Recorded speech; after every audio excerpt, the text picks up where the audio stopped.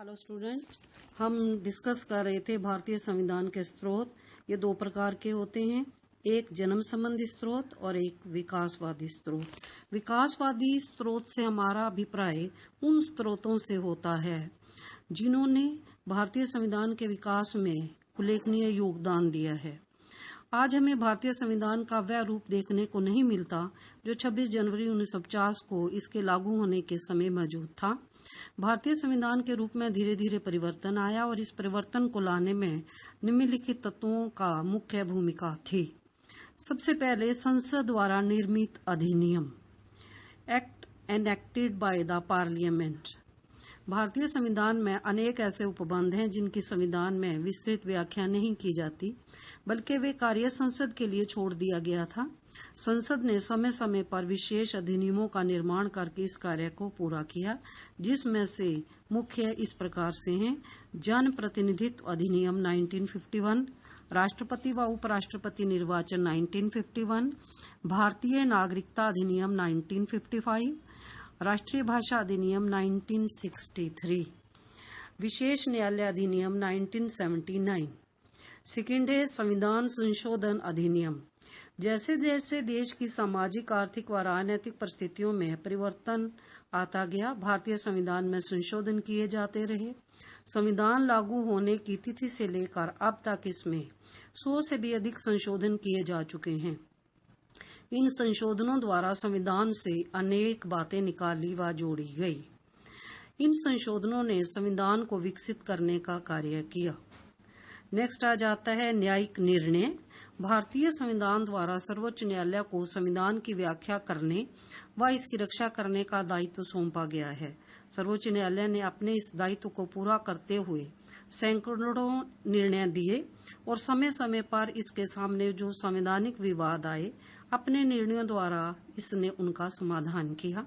इन निर्णयों ने संविधान की व्याख्या व रक्षा ही नहीं की, बल्कि संविधान को विकसित करने का कार्य भी किया। संवैधानिक विशेषज्ञों के विचार, ये नेक्स्ट है। संवैधानिक मामलों के विशेषज्ञों के विचारों की भी भारतीय संविधान के विकासवादी स्रोतों में गिनती की जाती है। इन विशेषज्ञों ने भारतीय संविधान पर जिन ग्रंथों की रचना की, वे भारतीय संविधान का एक स्रोत बनकर उभरे हैं। नेक्स्ट आ जाता है परंपराएं। परंपराएं, ट्रेडिशंस, जो हमारे रीति रिवाज होते हैं, उन्होंने भी संविधान को विकसित करने में बहुत ज्यादा भूमिका निभाई। ये वो अलिखित भाग होती हैं जो समय व परिस्थितियों के अनुसार विकसित होती जाती हैं। ये परंपराएं संविधान में परिवर्तन का साधन बन जाती हैं। For example, professor Ivor Jennings के शब्दों में, परंपराएं कानून के अस्थिपिंजर पर मांस का कार्य करती हैं। भारत का संविधान लिखित ही नहीं, बल्कि विश्व का सर्वाधिक विशाल संविधान भी है। फिर भी यहाँ कुछ परंपराओं का जन्म हुआ है जिन्होंने शासन चलाने के कार्य में उल्लेखनीय योगदान दिया है। मंत्रिमंडल की संस्था परंपरा के रूप में विकसित हुई, क्योंकि संविधान के अनुच्छेद 74 में मंत्री परिषद का उल्लेख किया गया, मंत्रिमंडल का नहीं। किसी व्यक्ति को अपने ही राज्य में राज्यपाल के पद पर नियुक्त नहीं किया जा सकता। भारत सरकार द्वारा इस परंपरा का पालन 1960 के दशक के मध्य से किया जा रहा है। लोकसभा उपाध्यक्ष के पद पर विपक्षी दल के किसी नेता का चयन किया जाता है। लगभग सभी लोकसभाओं ने इस परंपरा का निर्वाह किया। त्रिशंकु संसद की स्थिति में पहले लोकसभा या राज्य विधानसभाओं में सर्वाधिक सीटें प्राप्त करने वाले दल को सरकार बनाने का अवसर दिया जाता है। राष्ट्रपति के पद को 2 से अधिक बार किसी व्यक्ति द्वारा सुशोभित न करने की भी एक परंपरा पड़ गई है, जबकि संविधान व्यक्ति को ऐसा करने से नहीं रोकता है। स्टूडेंट्स, अब हमने एक क्वेश्चन इस लेसन में कंप्लीट कर लिया है, जो कि क्वेश्चन है हमारा भारतीय संविधान के स्रोत, जिसमें 2 तरह के स्रोत हमने डिस्कस किए हैं, एक जन्म संबंधी और दूसरा जो है विकासवादी। और सेकंड क्वेश्चन जो इस लेसन में बनता है, वो बनता है क्या भारतीय संविधान उधार लिए गए सिद्धांतों का समूह है। हम देखते हैं कि जब संविधान निर्माता किसी भी देश में संविधान बनाते हैं, तो उनके सामने सबसे पहले यही समस्या होती है कि ऐसा संविधान बनाएं जो कि उनके देश की सामाजिक, आर्थिक, धार्मिक परिस्थितियों के अनुसार बने और जिससे लोगों का जो मेन आशाएं और आकांक्षाएं जो है वो पूरी हो सके। तो इसी तरह से संविधान को बनाते समय सामाजिक, आर्थिक व राजनीतिक भौगोलिक परिस्थितियां व देश के इतिहास की कोई भी निर्माता अवहेलना नहीं करता। तो भारत का संविधान बनाते समय इन सभी बातों का ध्यान रखा गया। भारत एक विशाल देश है, यहाँ पर भिन्न भिन्न धर्मों व जातियों के लोग रहते हैं और अनेक भाषाएं बोली जाती हैं। यहाँ के लोगों की पोशाक, रहन सहन, खाना पीना भी अलग है, फिर भी यहाँ विविधता में एकता पाई जाती है। It is said that India is a land of unity in diversity. भारतीय संविधान के स्रोतों के बारे में भी यही कहा जाता है कि इनका मुख्य उद्देश्य, निर्माताओं का मुख्य उद्देश्य जो है वो एक व्यवहारिक संविधान का निर्माण करना था। उन्होंने विश्व के सभी प्रमुख संविधानों का अध्ययन करके उनमें से उपयोगी उपबंधों या तत्वों को जो भारतीय परिस्थिति के अनुकूल थे बिना संकोच ले लिया। इस प्रकार भारत का संविधान विश्व के संविधानों का सम्मिश्रण बन गया। जहाँ तक भारतीय संविधान को उधार लिए गए थैले की संज्ञा देने का प्रश्न है, निस्संदेह ये कथन बहुत सीमा तक सही है, क्योंकि भारतीय संविधान में अनेक बातें विश्व के विभिन्न संविधानों से ली गई हैं। तो अलग अलग देशों से, अलग अलग कंट्रीज से जो जो चीजें ली गई हैं, वन बाय वन सबसे पहले हम उनको डिस्कस करेंगे। जैसे ब्रिटेन के संविधान से संसदात्मक शासन प्रणाली, मंत्रिमंडलीय उत्तरदायित्व, कानून का शासन, द्विसदनीय विधान पालिका जिसमें निम्न सदन को अधिक शक्तियां दी गई हैं जैसे हमारी लोकसभा है, एकीकृत न्यायपालिका, सिंगल जुडिशरी, एकीकृत नौकरशाही व इकहरी नागरिकता है। अमेरिका के संविधान से संघात्मक व्यवस्था, मौलिक अधिकार, प्रस्तावना में प्रयुक्त हम भारत के लोग शब्दावली, उपराष्ट्रपति का पद, संविधान की सर्वोच्चता, न्यायिक पुनर्निरीक्षण व संविधान में संशोधन के लिए राज्य विधानमंडलों का अनुमोदन। नेक्स्ट है आयरलैंड के संविधान से राज्य नीति के निर्देशक सिद्धांत व राज्यसभा के लिए 12 सदस्यों का मनोनयन चुनाव करना। कनाडा के संविधान से राज्यों का संघ, शब्दावली, राज्यों की तुलना में केंद्र को अधिक शक्तियां देना, अवशेष शक्तियां केंद्र को सौंपना व राज्यपालों की नियुक्ति की विधि।